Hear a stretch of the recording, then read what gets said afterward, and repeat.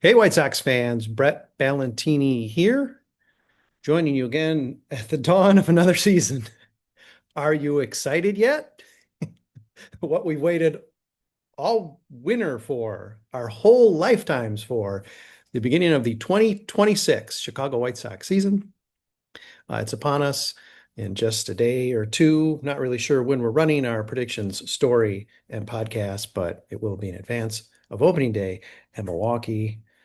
I would have said sure to be in the snow, but I don't know, these days they might be wearing shorts for that game. Both of you can give me a better idea of that. But what is our weather on Thursday? What's it looking like up Oh, north?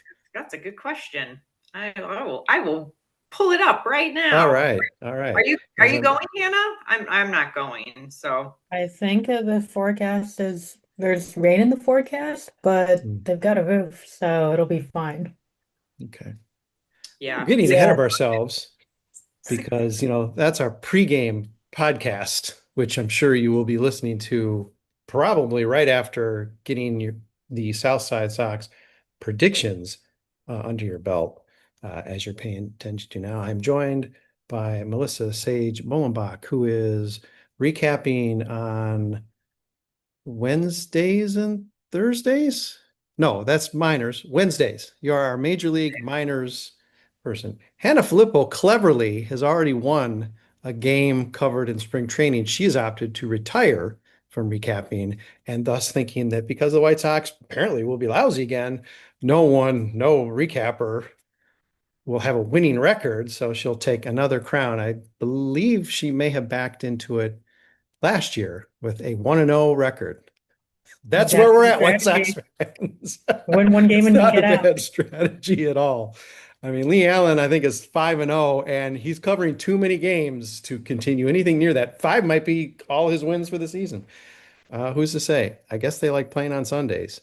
Uh, we are now also going to be joined by Malachi Hayes, who is somehow juggling the challenge of covering the return game of Reese McGuire and a predictions podcast. He's being challenged in a way that none of us are. So, Malachi, I appreciate you taking on this double duty and being up for the challenge of defending some of your predictions because I've bolded a number of Malachi predictions.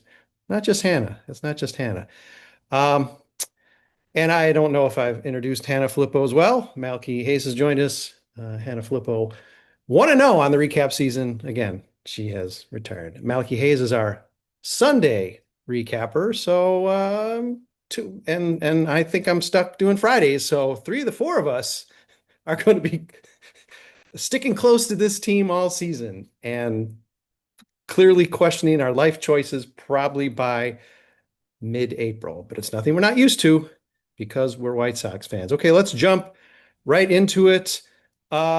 Predictions. Generally speaking, does it feel like an easier or more difficult season to predict? I know that's a weird question, but I'm calling up my sheet, so talk about something while I'm looking for it.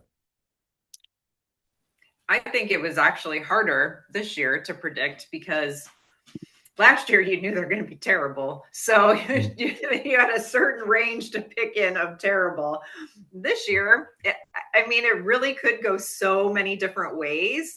Like with with the second half they had, are they going to keep that going? And is it going to like even build more momentum? And could they be like actually like kind of good? Or is it just going to implode and they're going to be really bad? So like me, I was just like, I just didn't know, like I just couldn't commit really one way or the other. So yeah, I thought it was a little more challenging. Jumping I right thought down to our White Sox predictions, Melissa Sage-Bollenbach has the White Sox winning 74 games. That is a 14 game improvement on 2025. So Melissa has the cup a little bit full and thinks this team's going to take quite a jump forward. Malachi, Hannah, your thoughts on anticipating predictions for the all 30 teams or White Sox specifically, challenging or not? I thought it was harder across the board. The league got the league got so top heavy so fast, and especially I'm a huge believer in first half setting the tone for the second half. It's really hard to gauge where the Sox will be in the first half. Yeah, that's fair. Also, a 74 win prediction. So Hannah and Melissa compared notes before the podcast. Purportedly, Hannah has gone back and changed 50% of her picks. I'm not sure if you upped or lowered your win prediction for the White Sox. But No, I kept that the Mel, same. I you just kept that the changed same. the league prediction. 74 just seems right. Malky, you're close to that, not quite. What makes this team feel like a 90 loss team to you as opposed to, oh, I don't know, 100 or 120? For many of the same reasons, I'll actually differ from you two in saying that I felt like this year has been a little bit easier to make some predictions because we have kind of another year of data points to understand what the actual trajectory of the team is.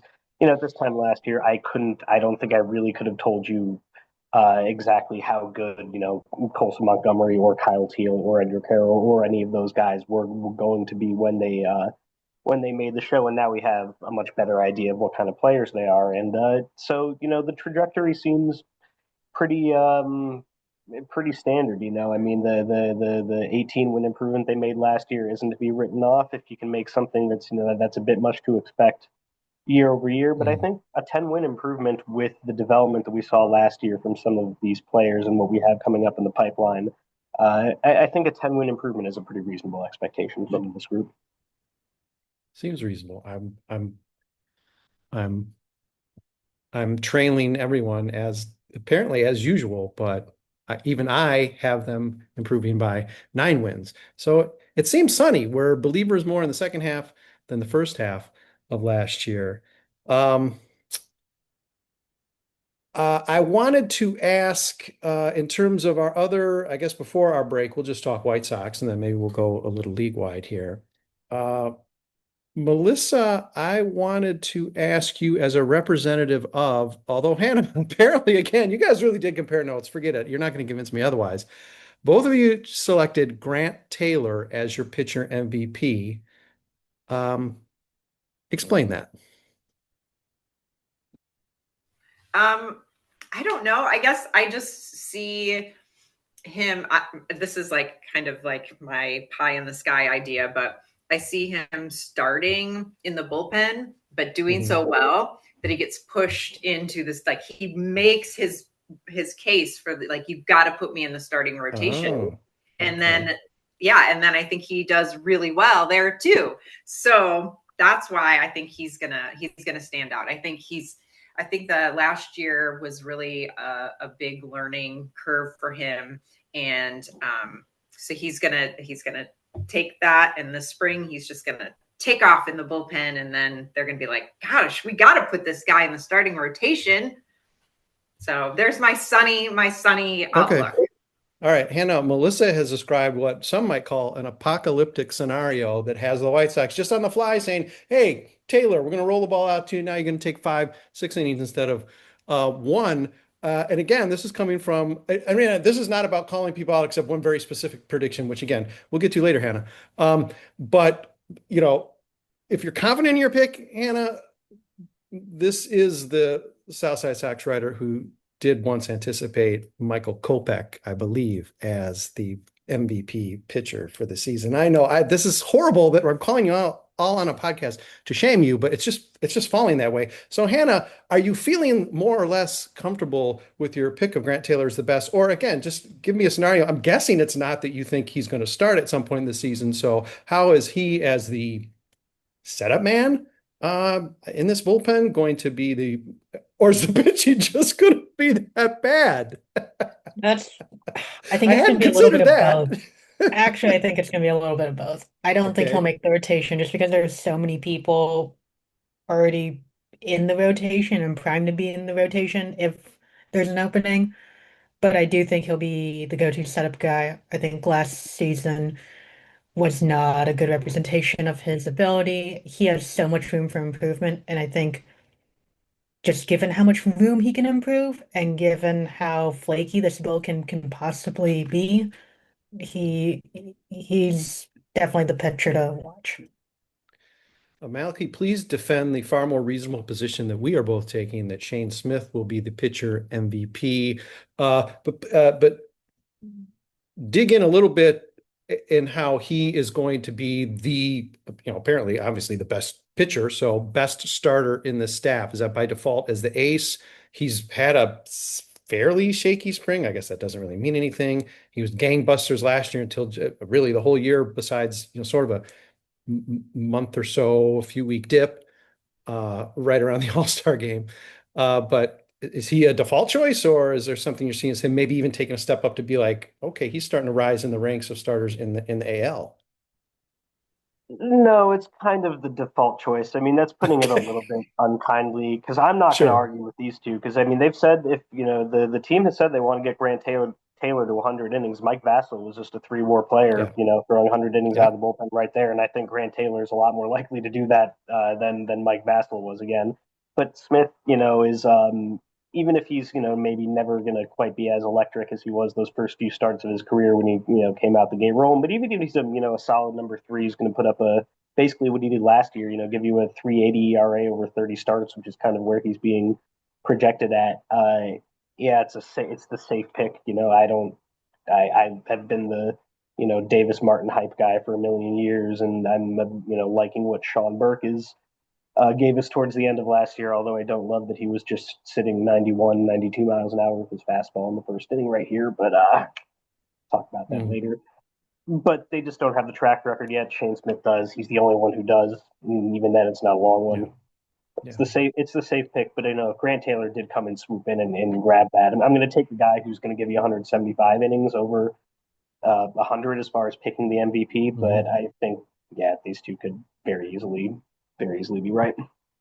Okay, Melissa, Malachi's got your back. He chose not to bury you. He chose to see your position as reasonable. Let's jump to He's the very kind to me. I appreciate that. especially after he was reminded of the information about Kopech, which by the way wasn't a crazy notion either. It just didn't work out because things just didn't work out for him in Chicago or in baseball Yeah. or in Hey, I mean, I life. think there's a version of Grant Taylor this year that looks like what Michael Kopech was supposed to be in Yeah. 2021.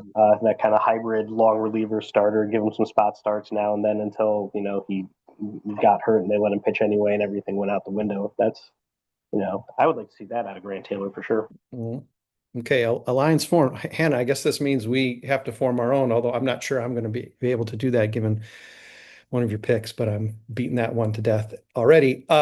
Let's jump to the fun part of just who we anticipate being the worst White Sox this year. I was sort of hoping we'd have David show up to defend his pick of Luis Angel Acuna as worst player when Hannah, you are picking him as best rookie among the White Sox. But who stands out as and why? I mean, you were on the Jordan Leisure hype train, I believe, just a year ago, Melissa, I think, and now he is your pick for worst. Is this just a matter of you're not going to burn me twice? I yeah. So and it's really funny because Sage has a Jordan Leisure jersey because I was like, yeah, he's going to be really good.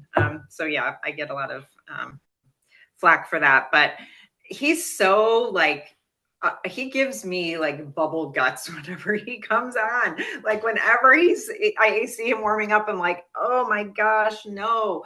Like he just has the stuff, but I don't think he has the stuff up Yeah. there. Like he just doesn't. I mean, I don't know. I mean, clearly, I don't know him. He's probably a nice guy or whatever. But when you hear like all the coaches and stuff talking about the players who have like the motivation to push themselves and this like. You don't ever hear anybody saying that about Jordan Leisure. So he is my pick for worst player. Let me throw this to Malachi. We have two. mm,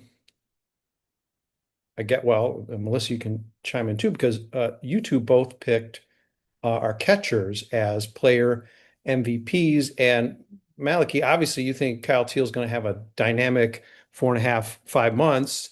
again, it could be a default pick, but you're really seeing some big things for him once he's back healthy, and that's got to be coming primarily with the bat. Yeah, and he hit pretty well last year as the year went on. He's just getting older. He can't stay healthy. I mean, he's only 31, I suppose. He did just hit a leadoff double to start the White Sox half of things in this spring training game. But it's kind of wishful thinking on my part in the sense that if nobody else, I don't expect big things from him at all. And if you know if Andrew Benintendi is the worst player on the team, it probably means that most of the other guys who are actually important to the future of the team's success were at least not huge belly flops. So Yeah. that's kind of what I'm hoping for here. I think that little run, the second half, might be the best chance we had to trade him and get rid of that contract before it's totally over and done with. So I'm a little bit surprised they didn't seemingly make a greater attempt to do that, but maybe he'll prove me wrong. But I don't see last year's slight uptick as being much more than a blip in the general downward trajectory, I would say. And Melissa, you are all in on Edgar Caro, picking it up well enough defensively, but you're seeing a step forward with him hitting, including maybe flashing some power this year. Yeah, that was my biggest reason to pick him, is I think he finds a little bit more of that power this year. And he's just he's just a dog. The guy he works really hard. And I listened to the podcast with him, and I don't know, he seems to just take it all in. And I think this is just going to be a really big year for him in terms of kind of putting it all together. So I love my catchers, so he's my pick. That's true. That's true. Maybe one day we'll call him Pudge too. Um, Hannah Munitaka is your feeling as player MVP. Um, what do you envision a player MVP, among hitters for the White Sox, being clearly better than average? We know his defense is going to be working against him a little bit, just in terms of like WAR wise, but you think he's going to, easily get into the 20s or even 30s homers, put up the power that, really is his calling card here, even in his first year in the majors? Yeah, I really don't like that I'm actually drinking the Kool-Aid on him because I originally was not a fan of the signing, or I was very apprehensive about it, I should say. But then I saw the very limited spring training results, and I immediately began drinking the Kool-Aid. So Mhm. I'm hoping that he becomes more of like a four-war player, which is not that high, but looking at like the White Sox last season and looking at what I think their ceiling is, I think around 4 or 5 WAR is probably the most that a position player is going to max out at, and that would be what I consider an MVP. Absolutely. The White Sox haven't sniffed that since Luis, maybe in 23, whatever that good year he had was. I buried it now. There are not many 4 or 5 WAR seasons from White Sox. That's just where we're at these days. I chose Colson Montgomery. I have zero confidence in that, but I figured, okay, well, he went banana. I don't think he's going to do that this year, but I can't make a case in my heart for anyone. So I'll just pick the guy who led them last year. That's the laziest possible pick. That's the Aaron Judge and Shohei Ohtani MVP pick, which is also not the worst strategy. Let's take a quick break. We'll talk a little bit more major leagues, and I'll try to stop grilling my darling guests, although it's going to happen. We'll take a break, be back in a minute, and we'll continue with our predictions. Again, a companion story at South Side Sox. Read that, listen to this, see if some folks here are even lying or change their picks. Try to catch them on that. We're recording a couple days before that article publishes. All right, see you in a minute. Hey, White Sox fans, Brett Ballantini here. Sox Populi 204. This is the Predictions Podcast. We talked a little bit of White Sox. That's probably what you tuned in for. But hey, there are 29 other teams we've in recent years wanted to concentrate on most, if not all, of those 29 teams, because it means we do not have to pay any attention to our beloved White Sox. I guess they'll be better this year. We all think they're going to be better this year. The lowest predictor is just 9-win improvement. Most teams would take that any day of the week. When you start way back at 121 or whatever, I guess 9 isn't a big deal, but it's still a positive move. Okay, let's get right to it. I cannot avoid this. Hannah, I was so proud of my team for managing to avoid even a lot of wild card picking of that other Chicago team. And you went ahead, and there's always somebody. Dante's done it a bunch of times. There's always somebody who's got to pick the Cubs to win a division. And I guess they're not always wrong. They've won like a division or two, right? Something like that. So really, you're breaking my heart. And I know you're probably breaking your own heart, but and I don't really want to talk about the Cubs, but I'm forcing you to justify your bold selection, knowing that you would be called out in private or public by me for it. What's going on with you and the Cubs? I really didn't want to do this to myself, but I looked at the Central, and I mean it's really tough because the Brewers would have been a default number one pick for the winners of the Sure. division, but they lost one of their biggest pitchers, and they lost their rookie that they willingly traded away to the Red Sox. So I don't, looking at the team, don't see a ton that stands out. The Reds are going to inevitably red. The Pirates look fun, but I don't think they're gonna do anything mind-blowing. And yeah, that kind of just leaves the Cubs as the default, and I really don't like how good they look, but they do look good. We know the White Sox listen. Hello, White Sox. Aren't you happy that we're up on the team and we're picking them like for 14 more wins or whatever? Hey, don't forget about that. We love you guys. I don't think the Brewers listen, but and so I don't think this is calling Hannah out to say she's taking batting practice on the field and she's picking the Cubs against his historical trends because the Brewers, let's face it, somehow do always find a way to win. Again, the NL Central maybe isn't the biggest challenge, but man, what a crazy hot run they had last year. And I know that's a lot to expect. And I know that's why there are a lot of Toronto skeptics this year, somewhat surprisingly. But, those hot streak, can they duplicate from season to season? It's a long off season. So maybe not. All right. Well, we just had to get that Cubs thing out of the way. As we are speaking, I see that Joe has also picked the Cubs. See, there's always a few. Oh my God, David has picked the Cubs. I want to stop this podcast right now. Okay, for us, just to run down some stuff. Tigers seem to be consensus. Melissa, you're picking the Royals. You seem sort of sweet on the Royals. What's going on with you and the Royals?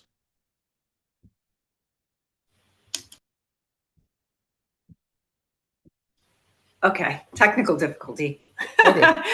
I don't know. I think they could be sneaky good, just kind of like, sort of like the White Sox. Bobby Witt Jr. I mean, he's a franchise altering kind of guy, and I don't know. The Central is never really that good. There's never a standout like you're like, oh, this is definitely going to be this team, like the Dodgers or the Yankees or whatever. And so it's kind of always a crapshoot in the Central. And I thought, well, I do like to pick like underdog. I'm just kind of like an underdog kind of person. I mean, I picked High Point in the NCAA tournament, so I just thought maybe it's their time to kind of break through and yeah, that was it. The East is sort of a mishmash, so we don't really got to drill into that too much. The West doesn't seem to be. M's are a big pick there. Um, However, one of us have decided to continue riding the Rangers bandwagon. I don't think this is the first time I made this pick because I think I was with you maybe last year or even a couple of years ago. But Malachi, what are you seeing in the Rangers that makes them a division winner in 2026? Uh, it's kind of a similar dynamic as the AL East this year, but on a slightly a standard deviation of talent below, where the best team in the division last year did not do a whole lot to make themselves better. The Seattle Mariners kind of did their perpetual, like, hey, we won 90 games and, we're cool with that. And it was good enough to get them the division last year. But the Rangers were one of the most injury plagued teams in Yeah. baseball last year. We're 2 years removed from Evan Carter being a universal top five prospect. You still got Jacob DeGrom, who at the top of your and Nathan Eovaldi at the top of your rotation, who were both excellent at last year, even though you're not necessarily going to probably get more than 150 innings of them. Jack Leiter was quietly really solid as a rookie, and personally, I'm still really big in on Kamar Rocker as a potential top of the rotation guy. So when you're looking at those divisions and when you're trying to pick underdogs, I kind of gravitate the same way as Melissa does there. you kind of look at the teams where, okay, if these few things go right, if a team gets a little bit lucky, what are the ones that are going to capitalize the most? And I can see a world where, look, if Jacob DeGrom, Nathan Eovaldi stays healthy, Jack Leiter makes 30 starts, Kamar Rocker kind of bounces back, Evan Carter bounces back, some of their solid bats kind of continue to be solid, then I don't know, 90, 93, 94, 95 wins is going to be enough to take that division. So Yeah. could see it being the Rangers as well. Anyway. I can get behind that if they tear down their Ranger statue in the concourse. And Corey Seager having a MVP season. That was again, you went against the grain there, but that obviously him having an MVP season is going to be huge there. He's the heart of that team now. Yes, I did make that pick as well, and he's one of those guys where if he ever plays a full season, he's going to be top 3, top 4 in MVP voting. He just doesn't ever play a full season. Yeah.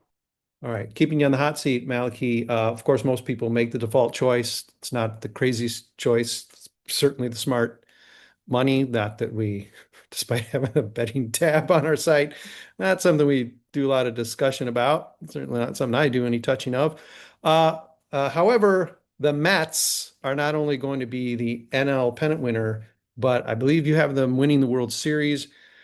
What in the world is going on in your head that has the Mets truly has the talent, have the resources to add? So this is not, it's not like picking the White Sox to do something or whatever. It's probably not even picking like the Brewers. How do they do it?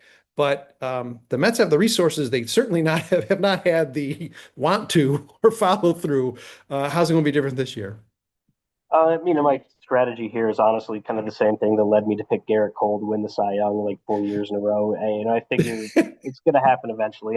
Sure. This is not the first time, or maybe even the second time in recent years that I picked the Mets to go all the way. And I just Yes. figure when your best players are as good as the Mets' best players are, and when you spend as much money on other players as the Mets do, they don't really have their shit together as an organization in the way that the Dodgers do. But if you're throwing, this is all throwing darts at the board. If you don't want to pick the Dodgers, they're going to break through one of these years. Yeah. Yeah. That's No, yeah, my no, it's foolproof ironclad logic right yes. there. They're So due. in case any of you are watching this podcast in our archival group in like 2034, yes, he's been doing this every year. It is the Mets, and they still have never done it. But 2034 could be the year, as Malachi thought 2026 would be the year. Yeah, obviously it's easy. I mean, I'm giving you trouble, but yeah, well, I picked the Dodgers. Courageous.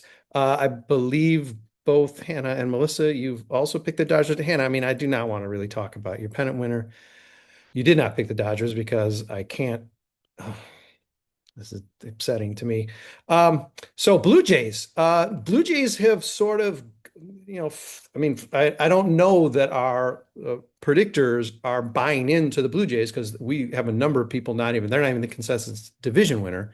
You think they're going to sneak in for a pennant and a World Series this time around, beating a team that clearly they will beat. So there's going to be no mystery about that World Series. But what makes you think the Blue Jays are going to, with some gains and some losses in the offseason, are going to be able to sort of put it together and get that one more win than they had in 2025? I think they have all the pieces they needed. They just got unlucky, unfortunately. But then they added, unfortunately, I mean, Dylan Cease is going to have a bounce back year. He was not good last year, but I am convinced that he will redeem himself. They've got Akamoto joining. That's going to be really interesting there.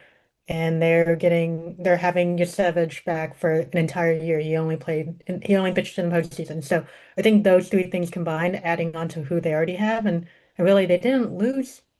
They didn't lose that much in reality. So I feel good about putting them in for a World Series one. Melissa, you are one of the reasonable ones who are just you're betting with the house and just taking the Dodgers.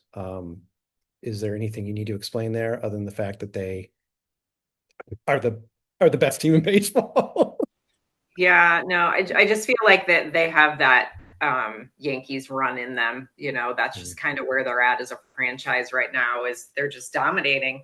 And unless, they get a little unlucky like, Toronto, or, some injury comes or something. I mean, they're just loaded. They're just Mhm. loaded. And they even have like the prospects still. You're like, Yeah. how do you still have prospects too? So even if they do end up, with some type of injury, I feel like, oh, just like, well, next man up, just pluck them, bring them on up. So I just think that, yeah, to me, they have that Yankees dynasty type of feel right now. And I just don't see anybody else taking them down anytime soon.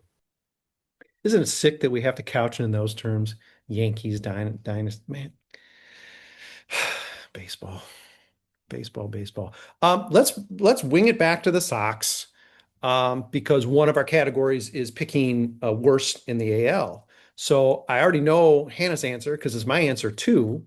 I'll ask Melissa and Malachi, will the White Sox finish in last place in 2026? And if they don't, who is going to finish in last place in the AL, in the vaunted AL Central?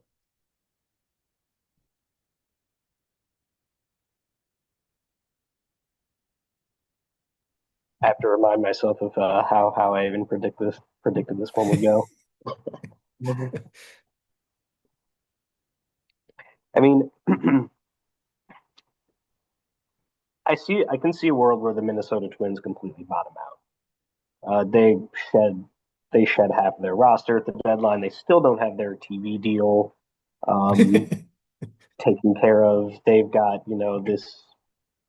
And the poll ads were going to sell, and then they weren't, and then they sold a bunch of their shares to get the team out of debt. So are they going to spend? I don't know. They don't have a ton of talent there. They're not going to spend to go get more talent. There's a world where they lose 100 games and the Sox lose 90. Mhm. They are not in last place, Yes, definitionally. So very easily so. Very easily so. And that is Hannah's thinking and my thinking as well. Boy, you could see it that second. The White Sox dominated the Twins last year, and the White Sox did more to improve than I don't think the Twins did anything to improve, and probably just got worse. They suffered one major injury loss. So that to me, that's almost a no-brainer. If we're going to say they're going to get better, the White Sox are going to get better, it's like, well, they're going to pass somebody because this is the AL Central. It's not going to be a four-way tie with 90 wins up top. Melissa, you're thinking about whether, I mean, you can go against the grain and say they're still a last place team. That would take some of the water out of the glass that you're always comfortable with, that balance. Yeah, no, I'm gonna go with they're not. Yeah, they're not gonna be in last place. Oh, So I'm gonna try wow. to stay. Yep, I'm gonna try to stay on the. I am drinking the Kool-Aid. Like Sox Fest was fun. Like spring training, like they've been scoring like runs. Like it. I mean, the games have at least like from an offensive standpoint, pitching is a whole other story. But from an Mhm. offensive standpoint, it seems like they do have, some momentum there. So I'm gonna say, yeah, they're not gonna be in the basement. All right. I asked this last year because I do think this comes up. I know last year we talked about whether the pitching or hitting would be better, and I think it was sort of universal that the hitting was going to be worse, and there were a few holdouts, and they they felt shame almost immediately. Pitching or hitting going to be better this year? Super quick speed round. Go right back to you, Melissa. Is the pitching or hitting going to be stronger this year for the White Sox? Hitting's gonna be better. That's Yeah, so bizarre to say, but yes, I I happen mean, to yes, it agree. is. It's what is going on here. Malky and Hannah, do you agree, or do you think the pitching still got something in it? Yeah, I agree. I think there are just a couple more wild cards on the pitching side than hitting side. Mm, yeah, there's just not enough there, and there is a lot there on the hitting side. So yeah, give me the hitting. that's weird. I would Just say. think, maybe one day they'll have both doing well. It won't have to be. Maybe somebody needs to explain to Chris Getz. It doesn't have to be like, you borrow from one to the. Anyway, it's a whole nother podcast. This concludes our predictions podcast. Follow along, make your own picks. This will be a companion podcast to the story we'll run on South Side Sox. You can see all of our picks and tell us in the comments what's wrong with this or what's right with this. Of course, we'll revisit it. Hamster will revisit it at the end of the year as well to review and crown. I don't know, Brett is champion again, or Malky's throwing it down. The gauntlet is down. He says, I'm winning this year. Reese's is always in the mix. Melissa has been middling, so maybe this is her year to really strive. Hannah, with the severe analytics, takes the fan cap off, goes hardcore analytics, and then comes up with the Cubs in the World Series. So she may be, I have to really check. This is probably a hamster discussion. May have to check whether that is just disqualifying. And then again, talking to you, Joe Reeses and David James as well. But thanks for joining. Thanks for listening. We got a lot of podcasts this week, next week with the home opener coming up at some point, 3 weeks from now. And opening day on Thursday, we'll have a pregame and a postgame podcast and a lot of other stuff all year. Stick with us. Thanks for being with us this time around.